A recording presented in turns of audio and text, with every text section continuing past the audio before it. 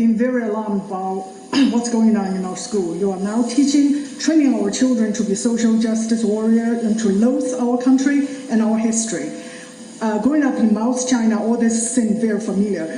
The communist regime used the same critical theory to divide people. The only difference is they use class instead of race. This is indeed the American version of the Chinese Cultural Revolution. The critical race theory has its roots in cultural Marxism. It should have no place in our school.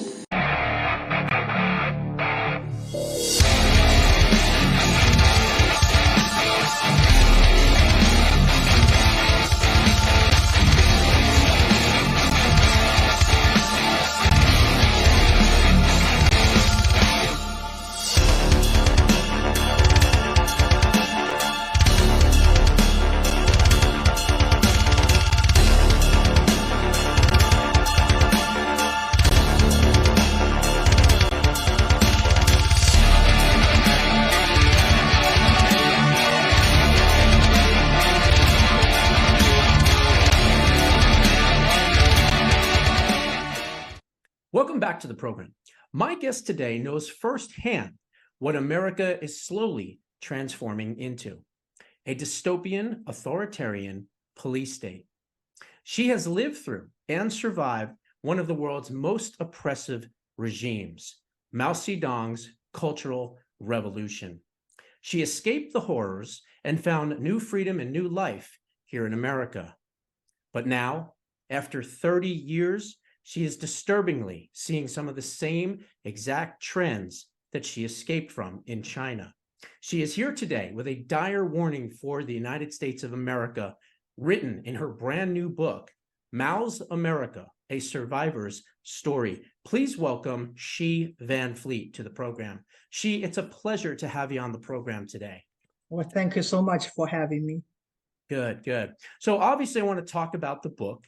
But before we get into the book, I did have a couple of interesting questions, I think, here for you. Okay. So without giving up too much of the book in its entirety, tell us your story and, of course, how you survived Mao's Cultural Revolution and how you escaped it and landed here in America. Well, that's a long question. Yeah, it's a long story, but make it short. I was born into the slavery of communism. And when I started school, that's when the Cultural Revolution started.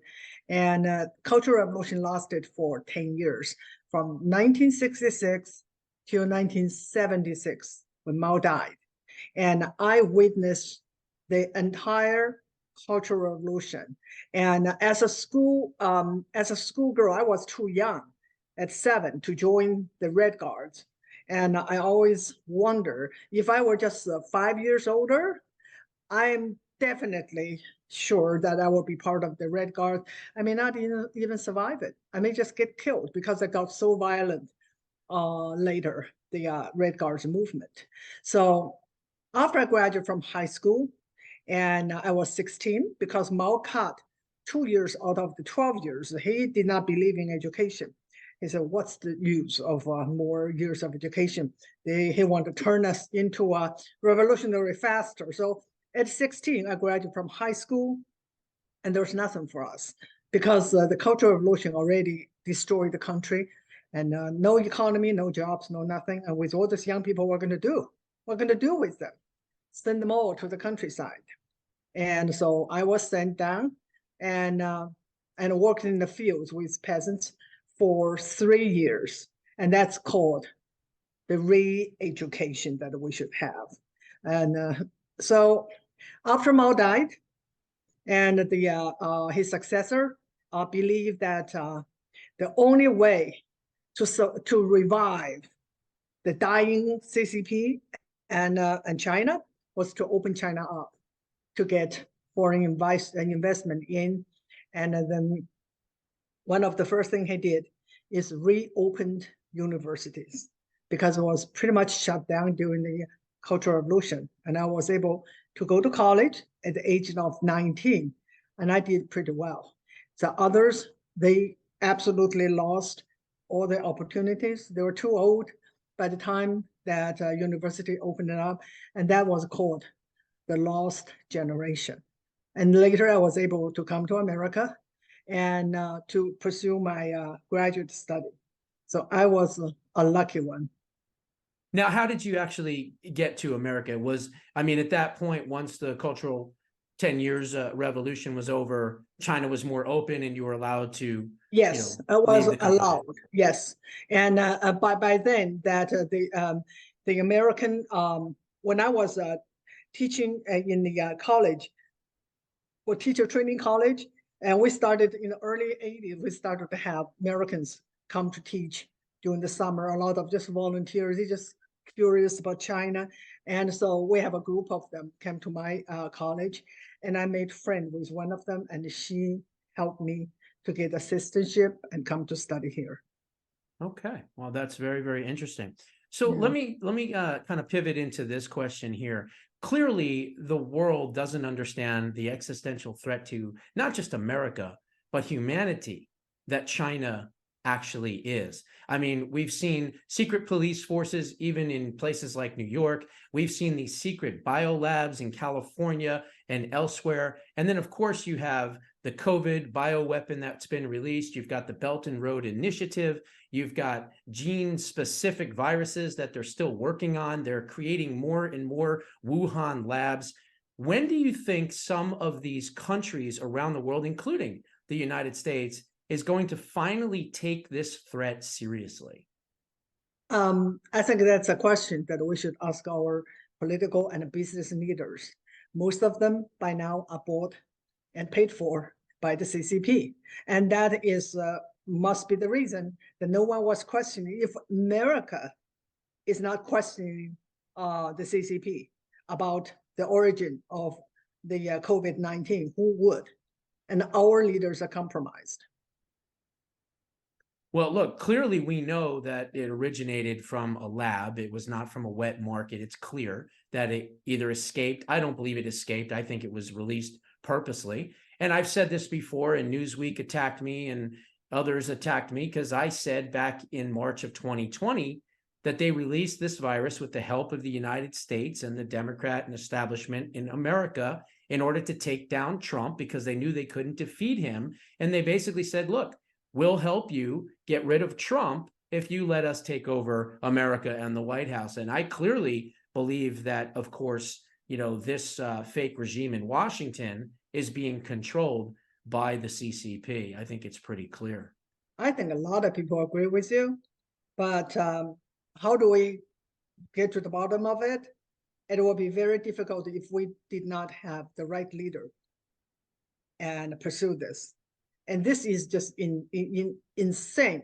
And now we celebrate this dictatorship, Xi Jinping, and they are not to ask where and how the COVID-19 came out of China and spread to the whole world. No one was asking the question. Exactly. And you would think that the entire world would be together in one collective voice. Like, hey, how did this happen? And why aren't we holding these people accountable? But I think it's really this. Unfortunately, I think it boils down to the money factor. I think it's more than money factor. I think it's a control issue. And but that's not what my book is about. My book is about the culture war, that the cultural revolution that we're experiencing here in America. Yeah, and the book again is called Mao's America: A Survivor's Warning. Obviously, there are numerous things that you could warn us about, but if you had to pick, let's say, the top three, what do you think the top three most concerning to you as you lived and escaped through that cultural revolution that we should really be cognizant of here now? Top three. Okay. First of all, I think it is important for us to understand what the wokeism is all about is to overthrow, like Obama said, fundamentally transform America. Fundamental meaning all the foundations, all the tradition, all the past has to be destroyed and replaced by something new. And what is it? Of course, they don't come out and say communism. They say DEI They say empathy, whatever, but it is really the code word for communism, because that's what happened during the Cultural Revolution. Mao want to destroy everything that is pre-communism, and Chinese tradition, Chinese civilization, they all have to be destroyed to make way for Maoism. So that's number one. They want to fundamentally destroy what we have now. And how they do that? They have to cancel everything, right? That's what the destruction of the past is. History and everything, statue, anything that remind people of our past has to go. And then the other thing I would say is identity politics. Mao was a master in political identity. He divided China. We all look alike. We all Chinese share the same language and the same tradition and everything. He divided us by class. He divided the whole population into red class and the black class. And you can kind of figure out what they mean, right? The red is the ally of the revolution. Black is the enemy of the state. So they set us up against each other, and he was able to set people constantly fighting each other. That's how he controlled the population. And here, class did not work too well. So they use something even more potent. And then we can figure out the rest. Race, gender, sexuality, and now it's going to become so creative, and they can, being fat is also being a victim, right? And being disabled give you a victim status. It's absolutely the identity politics that is specially designed for America. So I think what's going on is Maoism with American characteristics. Let me ask you this. Americans, there's over 466 million guns in the hands of about 120 million Americans, and many of those households have more than one firearm. We know that Hirohito once famously said, behind every blade of grass is an American with a rifle. Do you ever think that China would be brazen enough to come into our homeland knowing that they would meet that type of an armed resistance? Or do you think this is something that they would do through another bioweapon, God forbid, in the future, that wipes us out that way rather than, combat or hand-to-hand, combat? What are your thoughts on that? I will disappoint you. I think the enemy that's the most the threat is not CCP. It's the communists and the Marxists among us. The enemy within. The enemy within. Everything that that we see, that we talk about the CCP, it was allowed. Right. Okay, China was allowed to do all these things. China was allowed to come here, buy our farmland, allowed to buy off our politicians, our academia, professors, and business leaders. Allowed. You can't go China. You can't go to China by land. You can't do a lot of things in China as a journalist. You can't travel freely. But here, we allow them to do all these things. We allow them to set up police stations. Yeah, in New York and who knows, San Francisco, God knows where. It is allowed. Our enemy is the enemy within. Our enemy are the American Marxists. And I don't even call them American because they don't consider themselves American. They consider... Right. No, look, you're absolutely right. We just did a huge story on these pro-Palestinian Hamas, violent rallies and protests. That's being done by a guy named Roy Bingham, who basically lives in Shanghai, and he's a Chinese apologist. He sold his company. He made tons of money. His wife is the founder of Code Pink, and they're the ones that are funding a lot of this. We also know that BLM, Black Lives Matter, as I like to call it, was founded by the CCP dominant Asians for Black Lives in San Francisco and Alex Tom. Alex Tom was a college friend Mallory and the other person, I can't remember her name offhand, Patrice Cullors, who all got together before the Ferguson riots, and that's when they started BLM. But who funded BLM? It was the CCP. So you're absolutely correct. There are Chinese apologists and communists here in America that are a major problem. But the BLM is not just funded by CCP. They're funded by the Democratic Party, by the corporations, by all those institutions that donate millions and millions of dollars to that organization. So again, I try to really emphasize this. Our problem is the enemy within. Let me ask you this.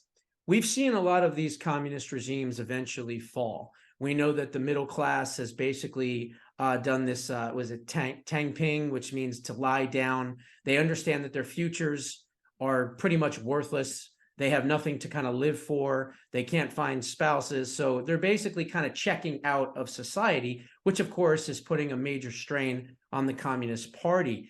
Do you feel as though that at some point the people will be able to take out their own regime and gain freedom, or are they going to need help from the outside? I think the only thing that can take down the regime is the Chinese people themselves. There's nothing that really we can do from outside. But when was that? I don't know. And it is a big question. And every day, I listen to the Chinese YouTubers and analyze and say that it is near. I don't think it's easy, but I think the only one can overthrow that brutal regime of the Chinese people. Yeah, look, I've been interviewed by the new federal state of China, some of those folks, Steve Bannon's group, and they're obviously, basically outside of the, China, and they're fighting from the outside.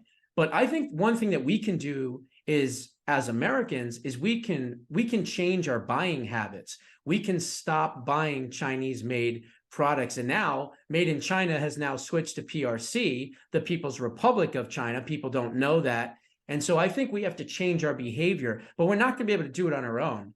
I think it's going to be something that hopefully eventually, when we can bring more conservative values into America and Congress, maybe we can pass major penalties on companies like Walmart and Target and others that distribute and sell Chinese-made products. Maybe we can come up with like a 50% tax so that people will buy American-made products rather than the Chinese, which of course would really decimate their economy as well.